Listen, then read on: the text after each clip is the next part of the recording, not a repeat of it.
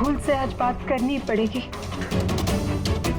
चाहे कुछ भी हो, बकुल से बात करनी ही पड़ेगी।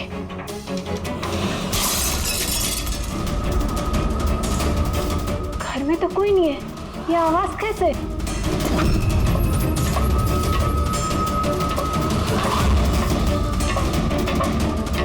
कीर्ति, बकुल, तू कुछ बोलता क्यों नहीं है? कीर्ति, भैया, कीर्ति,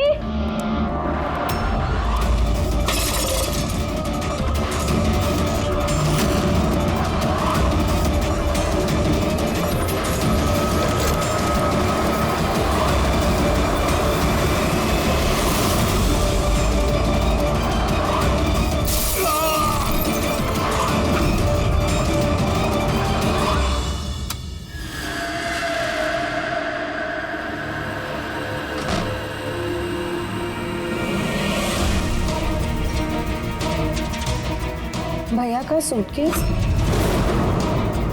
भैया बैंगलोर नहीं गए क्या?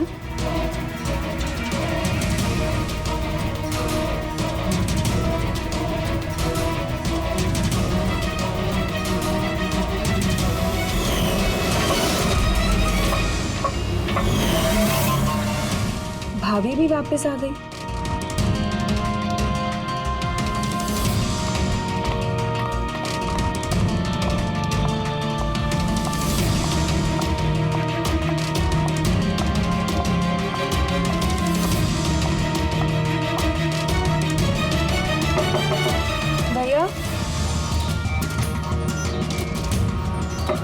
बकुल भैया, भैया आप बैंगलोर नहीं गए क्या? भाभी,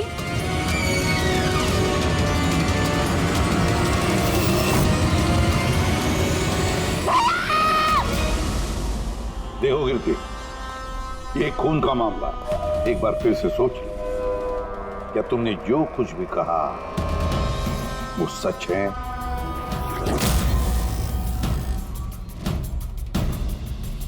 सर, हमें नहीं लगता है कि ये बात सच है।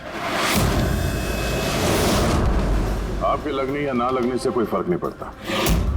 जब आपसे कुछ पूछा जाएगा तभी बोलना। हो सकता है ये सच बोल रही हो, क्या पता।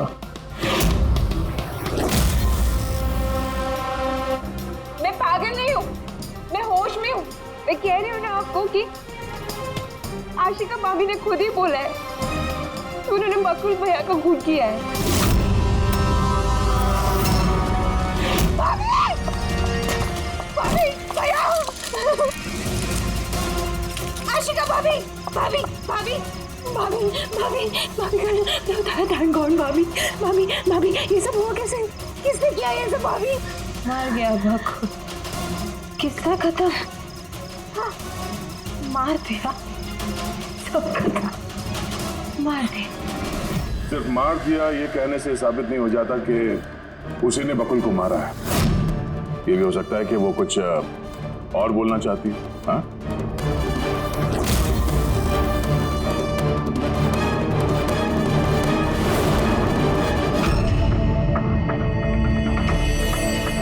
एक बात बताओ, जब बकुल का खून हुआ उस वक्त तुम सब लोग कहां पर थे? कहां थे तुम लोग? मैं और नितिन तो एक दोस्त की शादी में खंडाला गए थे। कीर्ति का कॉल आया और हम भागे चले आए सर। मेरी बिजनेस मीटिंग थी होटल किड्स में, वहाँ एक क्लाइंट के साथ डिनर था। जैसे ही नितिन का फोन आया तो मैं यहाँ पर चला आया। और आप कीर्ति, आप कहां थी? मैं बाहर गई हुई थी। कीर्ति बाहर गई थी, चाचा जी क्लाइंट के साथ मीटिंग में थे और आप दोनों खंडाला गए थे। उस वक्त बकुल और आशिका घर में अकेली थी, है ना? बकुल भैया भी बैंगलोर जाने वाले थे, उनकी 11 बजे की फ्लाइट थी और आशिका भाभी तो पार्टी में गई थी। आप सब घर में नहीं थे तो फिर बैंगलोर जाने वाला बकुल वापस क्यों आया घर पे? और ये आशिका, वो पार्टी से वापस क्यों आई? तो वो आप जाकर आशिका भाभी से पूछिए ना कि वो इतनी जल्दी वापस क्यों आ गई। वो तो घर पे ये बोलकर गई थी ना कि वो सुबह वापस आएंगी। वो तो हम पूछेंगे उससे। फिलहाल आप बताइए, आप कहाँ गई थी बाहर? मेरी मदर बांद्रा रहती है, उनको अचानक फूड पॉइजनिंग हुआ था, मैं उनके पास ही गई थी और फिर वहीं से मैं आई। वाह, हर एक के पास एक्सप्लेनेशन है कि बकुल के खून के वक्त मैं यहाँ था, मैं वहां थी, मैं वहां गया था। सबके पास एक्सप्लेनेशन है, लेकिन आप सब लोग एक बात अच्छी तरह से याद रखना, हम सीआईडी वालों से सच ज्यादा देर तक छुपता नहीं, सामने आकर ही रहता है।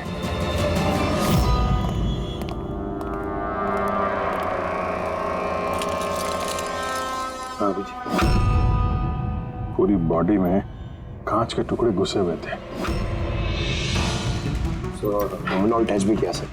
यहाँ पे जो खून है इसके अलावा कहीं भी खून नहीं है। एक काम करो, घर की अच्छी तरह से तलाशी लो, देखो कोई ना कोई सबूत जरूर मिलेगा, है ना?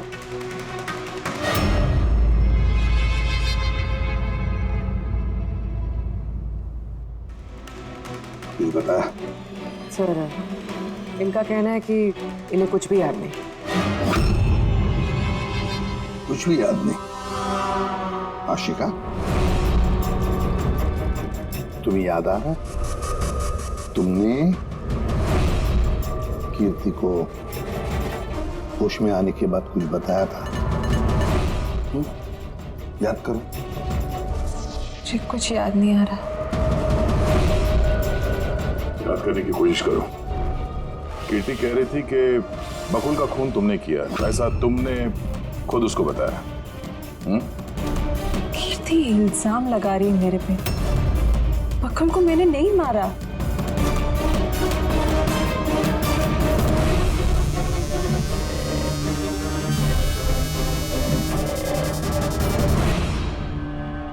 सर, कहीं ये याददाश्त जाने की एक्टिंग तो नहीं कर रही है?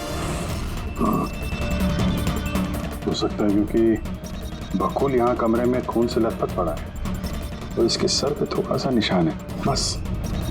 बेहोश हुई कैसे? वही तो, इससे सच उगलवाना पड़ेगा। कैसे उगलवाएंगे सर?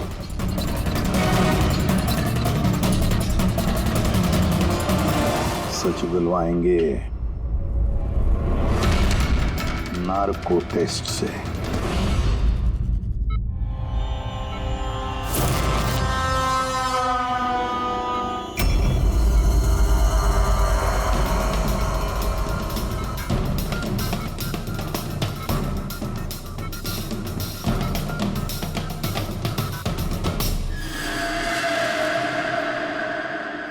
18 अप्रैल की रात को जब आप पार्टी से घर लौटी तो क्या हुआ था? मैं घर में घुसी, बकुल चिल्ला रहा है। फिर क्या हुआ? फिर मैं रूम में गई देखने के लिए। क्या देखा आपने? मैंने देखा कि जैसे ही मैं अंदर गई तो मैंने देखा बकुल वहाँ पे है, उसके पीठ से खून निकल रहा था। मैंने वहीं पर एक लड़की की लाश पड़ी हुई देखी। मुझे गुस्सा आया और मैंने वहाँ पड़ा एक कांच को उठाया।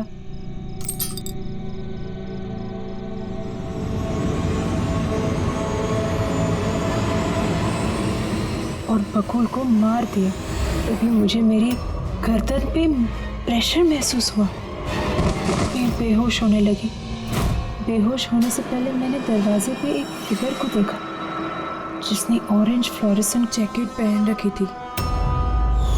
आदमी था या औरत थी? आदमी। ओके, फिर क्या किया उसने? वो मेरे पास आ रहा है, शायद मुझे मारना चाहता है। अच्छा आशिका, तुमने वहाँ किसी औरत की लाश को देखा था? हाँ, देखा था। औरत की लाश? वहां पर तो हमें किसी औरत की लाश नहीं मिली। हम तो बकुल के मर्डर की जांच कर रहे हैं।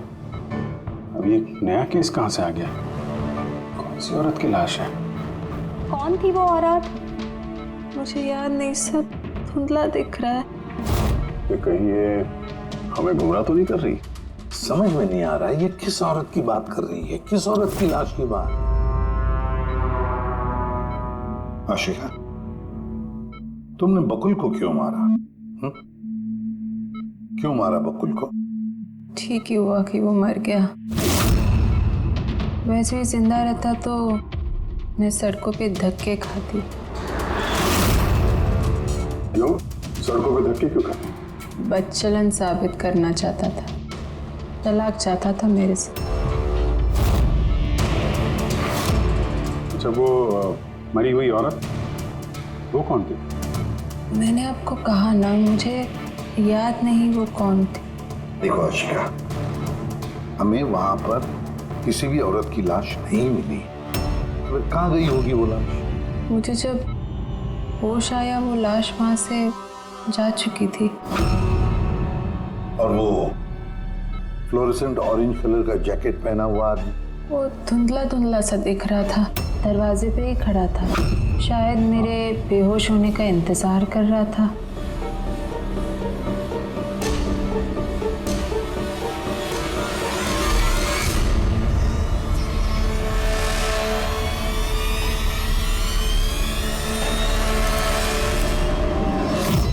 अभी तो आशिका वही बोल रही है जो उसे अच्छा लगता है, मगर टेस्ट में उसने सब कुछ सच सच बोला है। थैंक यू सर, अगर इसने नार्को टेस्ट में सच बोला है तो हमें उस मरी हुई औरत के बारे में पता करना पड़ेगा। लगता है क्राइम सीन पर दोबारा जाना पड़ेगा। अच्छी तरह से फिर से चेक करते हैं, कोई ना कोई सबूत तो मिलेगा ही मिलेगा। सर ये मशीन कोई स्पेशल मशीन है? ये मशीन छोटे से छोटा सबूत ढूंढने में भी सक्षम है, जैसे कि माइक्रोब्स जो अक्सर धूल में मिल जाते हैं। और ये जो मशीन है ना, इस कमरे में छोटा से छोटा जो डस्ट पार्टिकल होगा ना, छोटे से छोटा, उससे उस जैकेट वाले आदमी का पता बता देगी जो इस कमरे में मौजूद था। बहुत बढ़िया।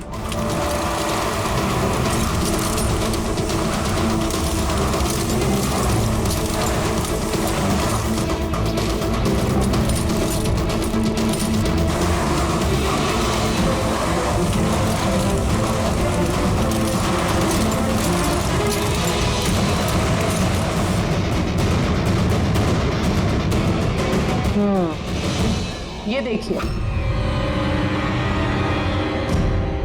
जो हमारी नजरों से बच गया वो इस मशीन ने ढूंढ निकाला।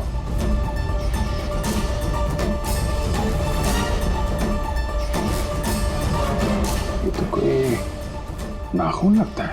वो भी नेल पेंट लगा हुआ, डेफिनेटली कोई औरत का है। मगर सर यहाँ कैसे? शायद भागा दौड़ी हाथापाई में किसी चीज से ठोकर लगी होगी और नाखून यहाँ पे रह गया। घर वालों का पता करो, इनमें से तो किसी का नहीं।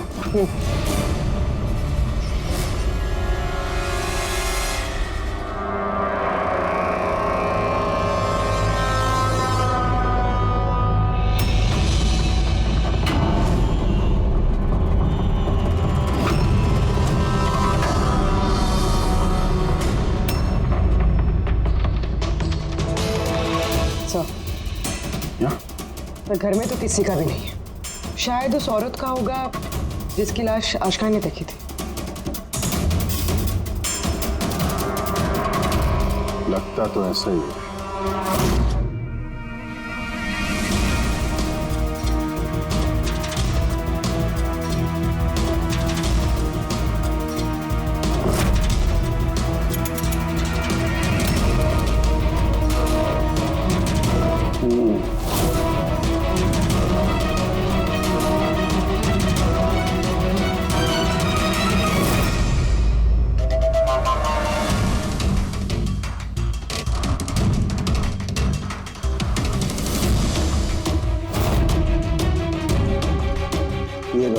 जाएगा। राइट। क्या पता चला इस नाखून का किसका है ये? सर, नाखून का डीएनए किसी भी फैमिली मेंबर से मैच नहीं हुआ। लेकिन एक बात पता चली बस, ये नाखून जिस किसी का भी है वो एक औरत है और उसकी उम्र 20 से 25 साल। 20 से 25 साल की औरत। और एक बात, हाँ,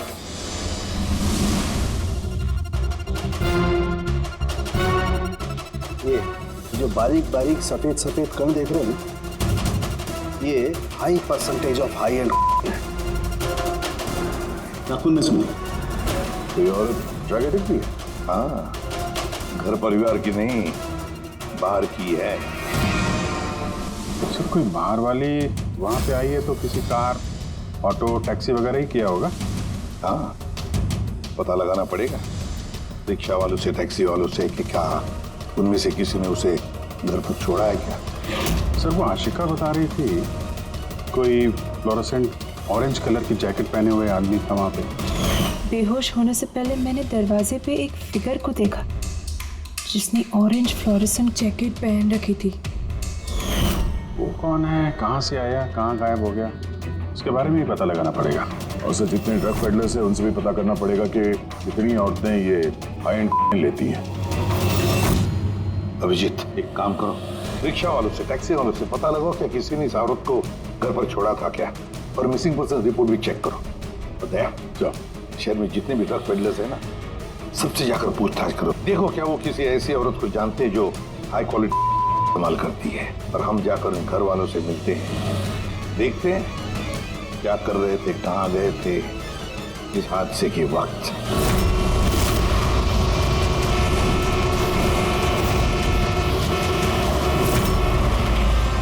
तुम्हारी एसोसिएशन से पता चला है कि 10 तारीख को यानी परसों रात में तुमने शांति निवास बंगलो में किसी लड़की को छोड़ा था। हाँ सर, छोड़ा था। कितने बजे की बात है? सर लगभग 1 बजे की बात है, उसी बंगलो में। सर बहुत नशे में थी वो और बार बार अपने हस्बैंड को गाली दे रही थी। अच्छा जी सर।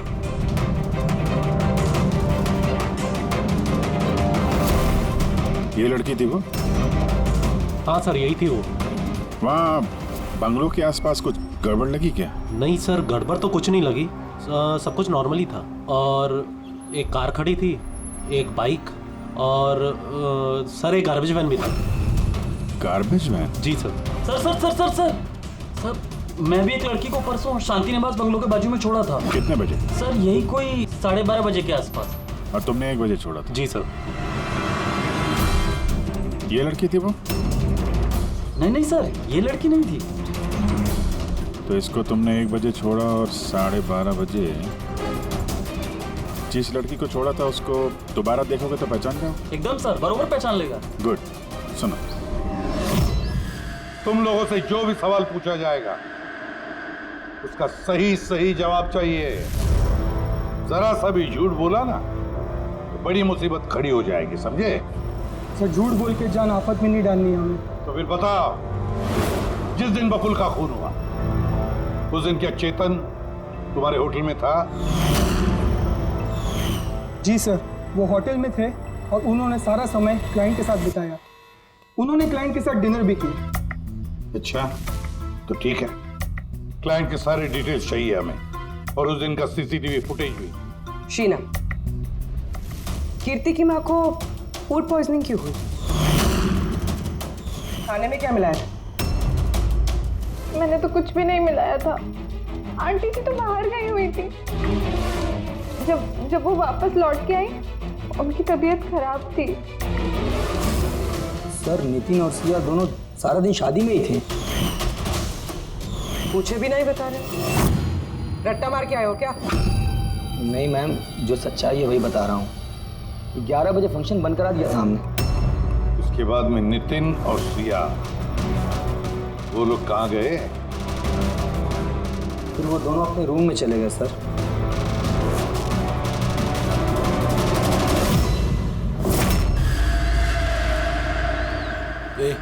ये माल किधर मिलेगा?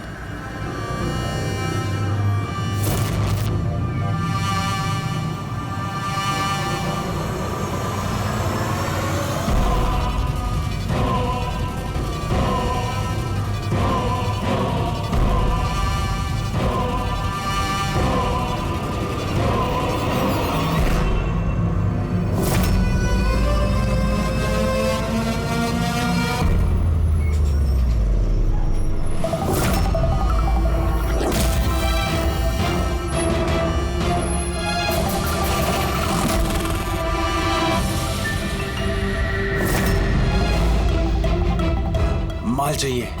मिलेगा। कितना चाहिए और पेमेंट कैसे करेगा? पेमेंट माल इस्तेमाल करने के बाद। माल इस्तेमाल करने के बाद। भागने के बारे में ना सोचना भी मत। मेरे पास हर एक क्लाइंट की ना कुंडली है, कुंडली, और उस कुंडली में लिखा है कि मेरा क्लाइंट ओवरडोज से मरेगा या मेरी बंदूक की गोली खा के। मगर तेरी कुंडली में लिखा है जेल जाना।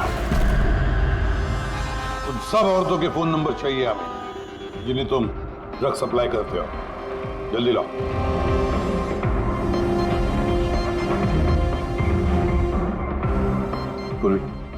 देखो जरा, कॉल करके देखो इन सारे नंबर्स पर। देखो कोई गायब तो नहीं है।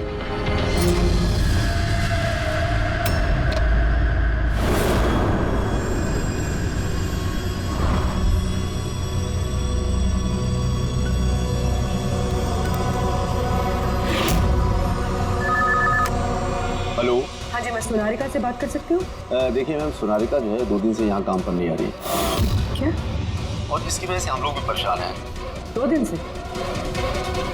ठीक, thank you. Sir, sir diary में जो फोटोज थी उनमें से ये वाली लड़की गायब है। इसका नाम सोनारिका है और ये एक बार में काम करती है। हाँ। 2 दिनों से गायब है। ये सोनारिका, ये तुम्हारी क्लाइंट है? हाँ सर। इसी लड़की को छोड़ा था तुमने? हाँ सर, यही थी, यही थी। आशिका ने इसी को देखा होगा। बकुल के परिवार वालों को अंदर देख रहा हूं। जरा ध्यान से देखिए ये फोटो। ये वो लड़की है जिसकी लाश आपके घर से मिली थी। आप लोग जानते हैं सर? हाँ? नहीं सर। मैंने देखा है इसे बकुल भैया के साथ 2 महीने पहले। बकुल भैया के साथ 2 महीने पहले? कहाँ पर देखा था? एक होटल के बाहर, और भैया ने कहा कि ये उनकी क्लाइंट है। अच्छा, एक ड्रग एडिक्ट बार में काम करने वाली लड़की के साथ बकुल था और इनसे झूठ बोल रहा था कि क्लाइंट है। क्यों झूठ बोला उसने?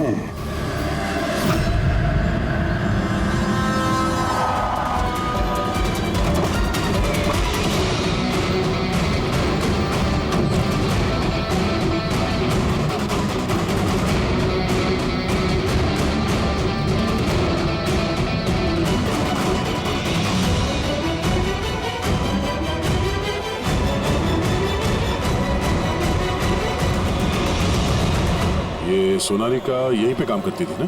जी हाँ, यहीं काम करती है। आप लोग कौन? सीआईडी। सोनारिका का खून हो गया। क्या? इसीलिए वो 2 रात से यहाँ काम पर नहीं आ रही है। हाँ, मगर हमें उसकी लाश नहीं मिली है। और इसके साथ साथ ये बकुल नाम का आदमी है, इसका भी खून हुआ।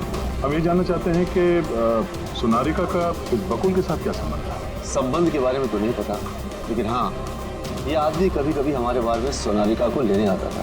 फिलहाल आपको इसके बारे में ज्यादा जानकारी तेजी ही दे सकती है साहब। ये तेजी कौन है? सर, ये है तेजी। तेजी, सोनारिका तुम्हारी दोस्त थी। ये बताओ कि इस आदमी के साथ सोनारिका का क्या संबंध है? सर, सोनारिका का बकुल के साथ अफेयर चल रहा था। बकुल उसके सारे रईसों वाले खर्चे उठाता था, पर उसको हमेशा बकुल से कुछ ना कुछ शिकायतें रहती थी। कैसी शिकायत रहती थी? वो कहती थी कि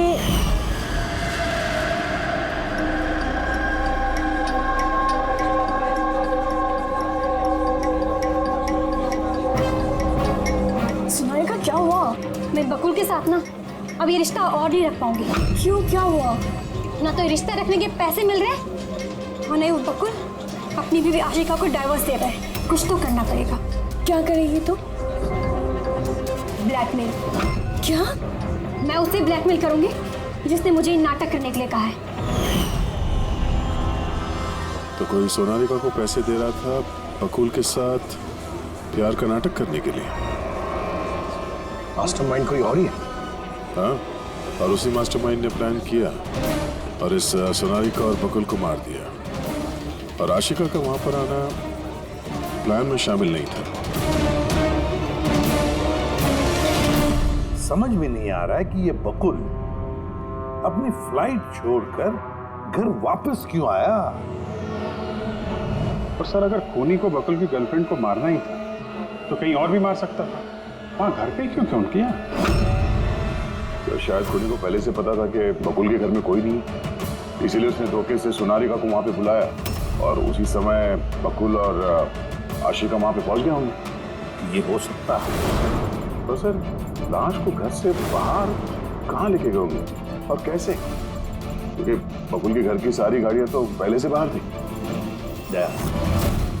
खूनी अगर चाहता है तो क्या लाश के टुकड़े करके वो सूटकेस में भी ले जा सकता है, या फिर लाश के टुकड़े करके वो प्लास्टिक के थैलियों में भी डाल सकता है। कचरे की थैलियां हैं प्लास्टिक की। हाँ सर। एक कार खड़ी थी, एक बाइक, सर एक गार्बेज वैन भी था। क्या? रात के 1 बजे? रात के 1 बजे बंगले के बाहर एक कचरे की गाड़ी खड़ी थी? इसका मतलब है सर ये खून प्लांट था। तो खूनी गार्बेज वैन लेके आया था लाश को ठिकाने लगाने के लिए। और सर, ये फ्लोरेसेंट ऑरेंज कपड़े गार्बेज वैन वाले तो पहनते हैं। सर, चेतन जिस कंपनी के बिजनेस डिनर पे गया था, ऐसी कोई कंपनी रजिस्टर्ड ही नहीं। मेरी बिजनेस मीटिंग थी होटल क्रिट्स में। और कीर्ति की माँ ने बाहर कुछ भी नहीं कहा। मेरी मदर बांद्रा रहती है, उनको अचानक फूड पॉइजनिंग हुआ था, मैं उनके पास ही गई थी। फिर भी उसे फूड पॉइजनिंग हो गई। ठीक है, ये भी पता लगाना चाहिए कि जिस रात बकुल और सोनालिका का खून हुआ, उस रात खंडाला से कोई टैक्सी या प्राइवेट गाड़ी आई थी क्या बंगले पर? के बारे में सच सच बताओ। उनकी मेड शीना का कहना है कि उनकी जो भी हालत थी घर के खाने की वजह से नहीं हुई। हाँ, ये सच है। उन्होंने घर का खाना नहीं खाया था, बल्कि वो तो ये बता रही थी कि वो ड्राइवर के साथ बाहर गई थी और कार में उन्होंने कुछ दवाई खाई थी। दवाई खाई? हाँ, हमारे ड्राइवर अमन का भी यही कहना है। तुम्हारा ड्राइवर अमन का? सर, उन सभी ड्राइवरों को साथ में लेके आया हूँ जो गार्बेज वैन चलाते थे। हमें एक गार्बेज वैन के बारे में पता चला है जो आधी रात को सड़क के बीचों बीच खड़ी थी, जिसमें लाश डाल के ले जाया गया। वैन का पता चल गया? सर्विलेंस कैमरे में वो वैन साफ साफ दिख रही है हमें। क्यों?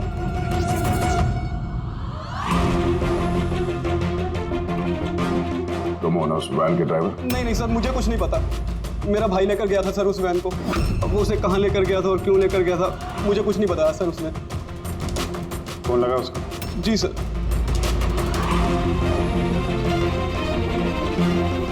हेलो अमन, कहाँ है तू?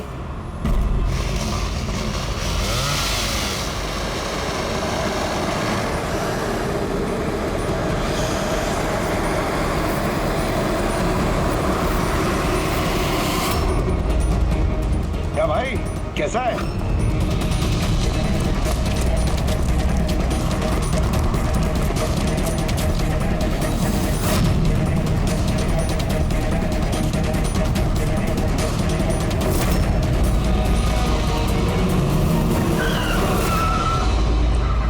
सर, मैं सच बता रहा हूँ, मैंने तो जो कुछ किया उस फोन कॉल की वजह से किया था जो बकुल सर के बंगले से आया था। किसने फोन किया था बकुल के बंगले से? मैंने उसे कभी देखा नहीं है, सिर्फ उसकी आवाज़ सुनी थी। औरत ही आदमी? सर, कभी कभी तो औरत की आवाज़ में फोन आता था और कभी आदमी की आवाज़ में। सर, ये जो कोई भी है ना, ये बकुल के घर वाला ही। हाँ, मगर तूने ये सब किया क्यों? कोई फोन पे कुछ भी बोल देगा तू कर देगा? हाँ? सर, मुझे लालच दिया गया था सर कि मेरे 5 लाख के कर्जे को चुका दिया जाएगा अगर मैंने उनकी बात मानी तो। सर, मैं लालच में आ गया था, मगर मैंने कोई खून नहीं किया सर। मैंने तो सिर्फ लाश को ठिकाने लगाया था सर। लाश का?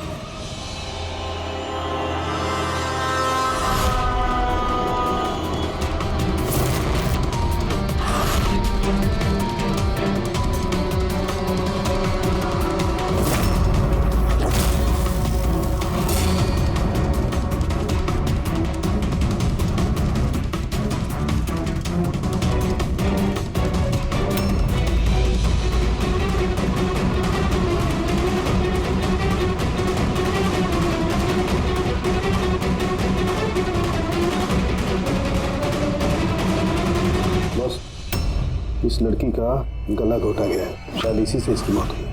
तो इसीलिए सोनारिका के खून का कोई भी निशान नहीं था क्राइम सीन पर। और इसके पैर के अंगूठे का नाखून भी उखड़ा हुआ है।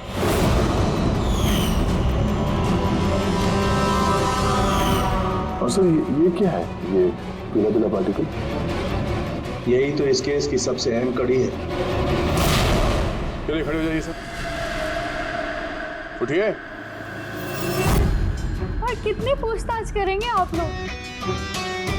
सब कुछ तो बता दिया हमने। इस बार कोई पूछताछ नहीं होगी, आप सभी का नार्को टेस्ट होगा।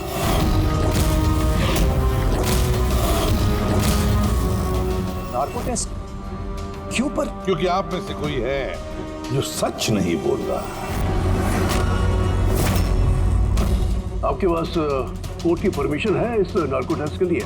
जी हाँ, परमिशन के बिना हम कुछ नहीं करते।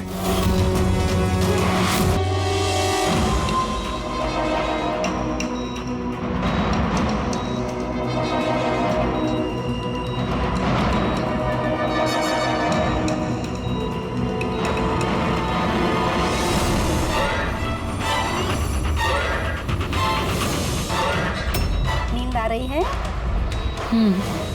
जो मैं आपको बोलूंगी उसका सही सही उत्तर दीजिएगा, ठीक है? सोनारिका को जानती हो? हाँ। बकुल का अफेयर था सोनारिका के साथ, ये भी जानती है आप? हाँ, मुझे दोनों पे शक था। क्या आशिका ने सोनारिका का खून किया है? आशिका जानती नहीं थी सोनारिका को, तो खून कैसे करेगी? अभी आपको नींद आ रही है? हाँ। सोनारिका को जानते हो? नहीं। बकुल का अफेयर था सोनारिका से, ये जानते होंगे आप? नहीं। क्या आशिका ने सोनारिका का खून किया है?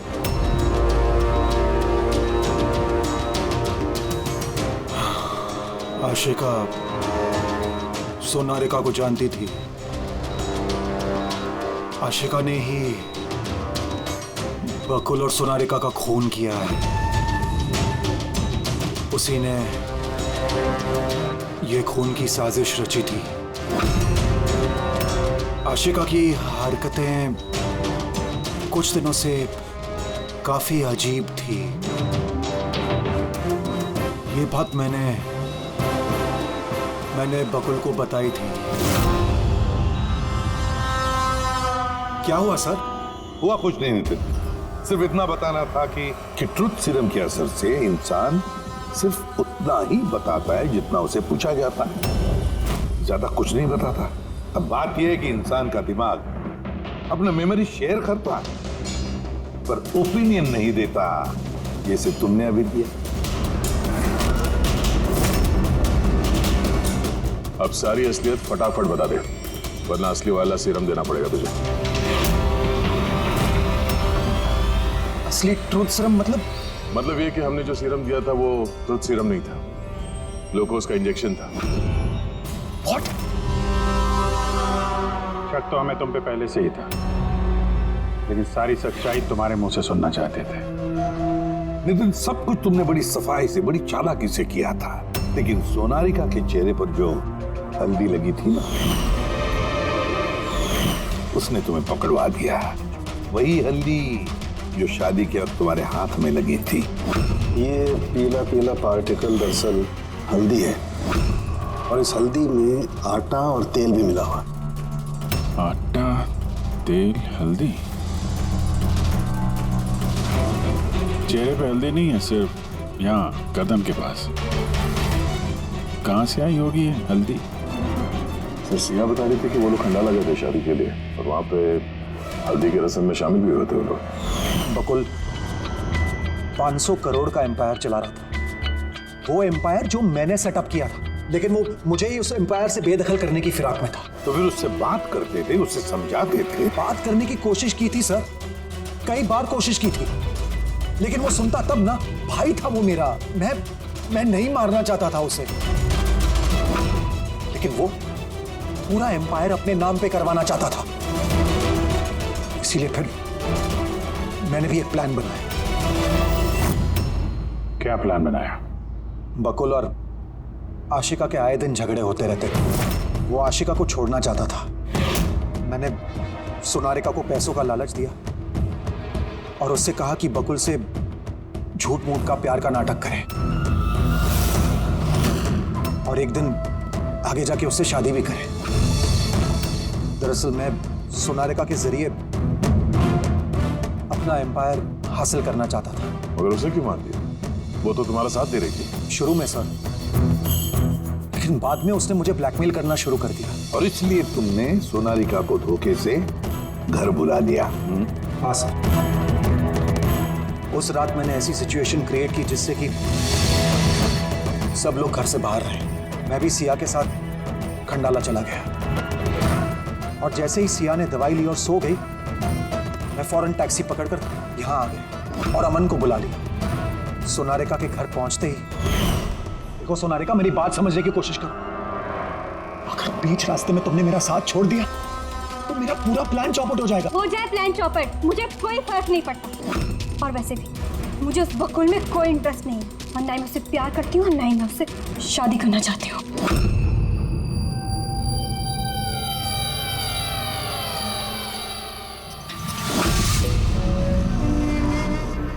देखो, अगर तुमने मेरा साथ नहीं दिया तो बहुत पछताओगी, बता रहा हूं मैं। धमकी दे रहे हो तुम मुझे? धमकी दे रहे हो तुम मुझे? हाँ? ऐसा ही समझ लो।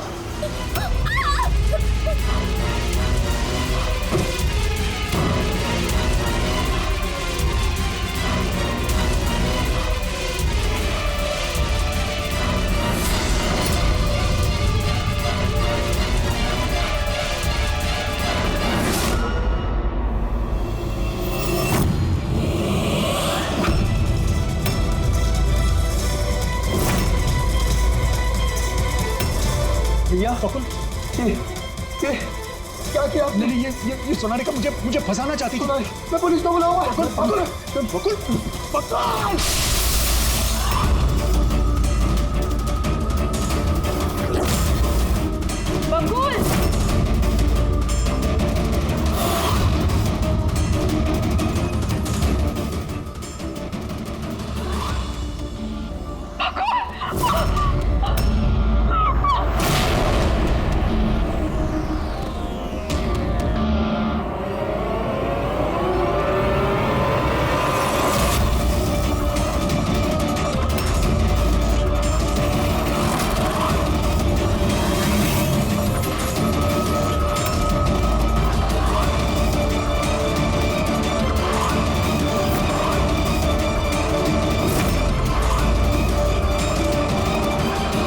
मैंने अमन को फोन पे पहले ही बता दिया था सोनारिका की लाश को ठिकाने लगाने के लिए। उसने बिल्कुल वैसा ही किया। पैसों की लालच ने तुम्हें इतना अंधा बना दिया कि तुम अपना सगा रिश्ता भी भूल गए, अपने भाई की जान ले ली और तो और अपने साथी सोनारिका को भी मार डाला। कानून तुम्हें कभी माफ नहीं करेगा। कड़ी से कड़ी सजा होगी, शायद फांसी।